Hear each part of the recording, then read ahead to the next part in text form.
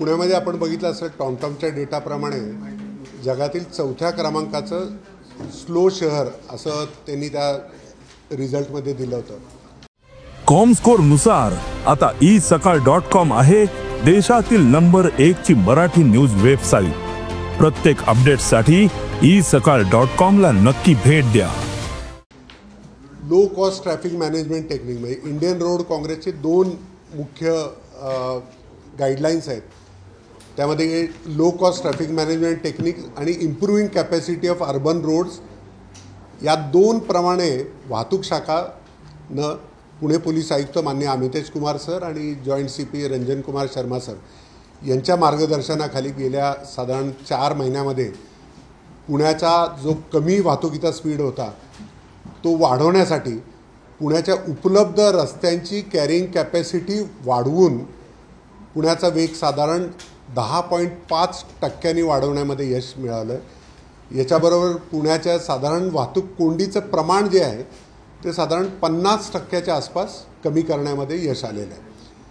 वाहतूक कोंडीचं वाहतूक शाखा रोज जिथे ते वाहतूक कोंडी होती त्याची कारणमीमांसा करते आणि तिथं ती वाहतूक कोंडी का झाली, ती वाहतूक कोंडी होऊ नये म्हणून काय उपाययोजना करायला पाहिजे होत्या, तिथं काही चूक झाली का, त्या चुकामध्ये सुधारणा करून त्यामध्ये काही बदल करता येईल का याचा विचार करून गेल्या साधारण 4 महिन्यापासून रोज आम्ही याच्यावरती मॉनिटरिंग करतोय।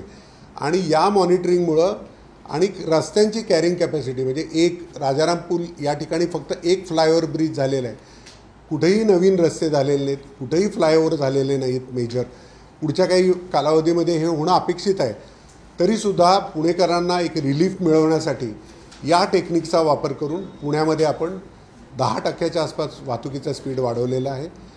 यामुळे निश्चितच जो खूप कमी वाहतुकीचा स्पीड झाला होता त्याच्यामध्ये थोडी सुधारणा होताना दिसून येते।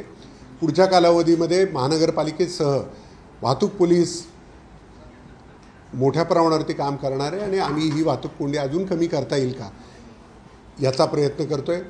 रोज दिवसाला साधारण 1300 वाहनं वाढूनसुद्धा हा आपण स्पीड मेंटेन करू शकलो तर ती निश्चित चांगली गोष्ट होईल। यामध्ये अनेक टेक्निक्सचा वापर करण्यात आलेला आहे, याची सविस्तर माहिती आपण प्रेस नोटमध्ये आम्ही दिलेली आहे। ट्रॅफिक व्हायोलेशन्समधून आपण कारवाई कशी केली आणि गेल्या 3 महिन्याचा आलेख जर पाहिला तर किती पटीने याच्यात वाढ?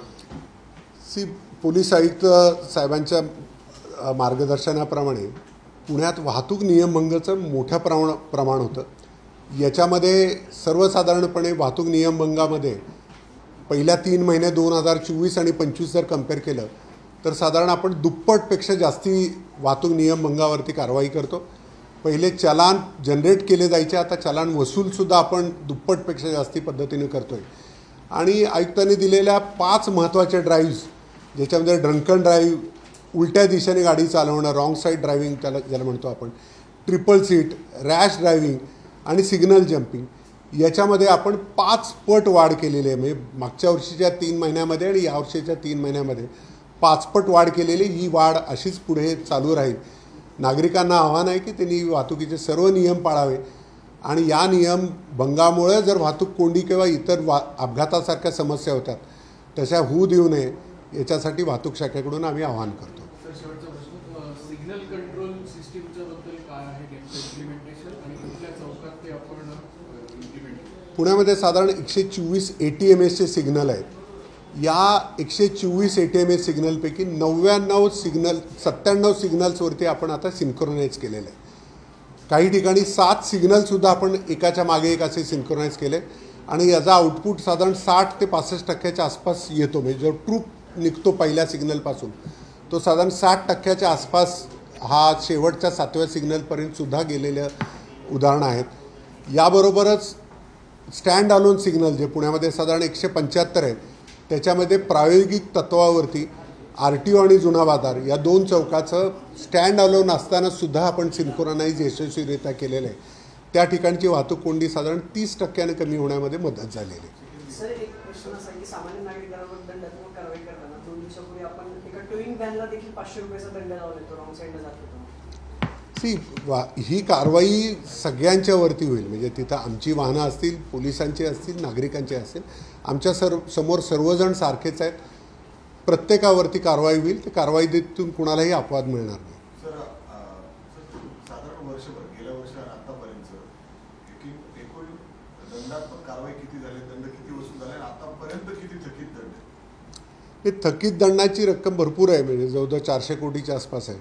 परंतु दंडात्मक कारवाईमध्ये दुप्पटच्या आसपास वाढ झालेली. ती आकडेवारी आत्ता माझ्याकडे जरी नसली तरी 2023 आणि 24मध्ये आपण वाढ केलेली आहे, ती दुप्पटला नेलेली आहे. 2024 आणि 25मध्ये आपण जवळजवळ दुप्पटच्या आसपास गेलेलो आहे. सरासरी पुण्यामध्ये 1,50,000 महिन्याला, म्हणजे अशा पद्धतीनं सध्या आपण दंड करतो आहे. यापूर्वी ते साधारण 40,000 ते 50,000च्या आसपास सरासरी होती. याच्यामध्ये निश्चित आपल्याला एकच सांगायचं आहे की आमचा उद्देश हा फाईन कलेक्शन नाही आहे. प्रायोरिटी जे आहेत ज्याच्यामुळे लोकांना, नागरिकांना धोका निर्माण होतो, म्हणजे उलट्या दिशेने गाडी चालवणं, वरून गाडी चालवणं, सिग्नल जम्प करणं, सिग्नलवरती लेन चेंज करणं, दारू पिऊन गाडी चालवणं, वाहनाचा वेग जास्ती ठेवणं, रॅश ड्रायव्हिंग करणं, ट्रिपल सीट करणं आणि मग फॅन्सी नंबर प्लेट किंवा ज्या बुलेट्स आहेत या बुलेट्सला ज्या पद्धतीचे सायलेन्सर लावून नागरिकांना त्रास दिला जातो, याची आम्ही प्रायोरिटी केलेली आहे आणि या लोकांवरती कारवाई करणं आवश्यक आहे. वाहतूक शाखेच्या पोलिसांना हे सुद्धा मार्गदर्शन करण्यात येते की जिथं चुकून एखादा नियमभंग झाला असेल तिथं नागरिकांना विनाकारण दंडाला सामोरं लावून देऊ नका. नागरिकांनी कबूल केलं की साहेब चुकून माझ्याकडून झालं असेल तर निश्चितच त्या ठिकाणी वाहतूक पोलीस कन्सिडरेट अशा पद्धतीची भूमिका घेतील. पण ज्या ठिकाणी हेतुपुरस्पर नियमभंग केला जातो तिथे मात्र वाहतूक पोलिसांना कारवाई करणं आवश्यक आहे. देश विदेशातील प्रत्येक घडामोडींचे लाईव्ह अपडेट मिळवण्यासाठी आता साम टीव्हीच्या सर्व सोशल मीडिया प्लॅटफॉर्मला लाईक, फॉलो आणि सबस्क्राईब करा. तसंच सर्व नोटिफिकेशनसाठी बेल आयकॉन प्रेस करायला विसरू नका.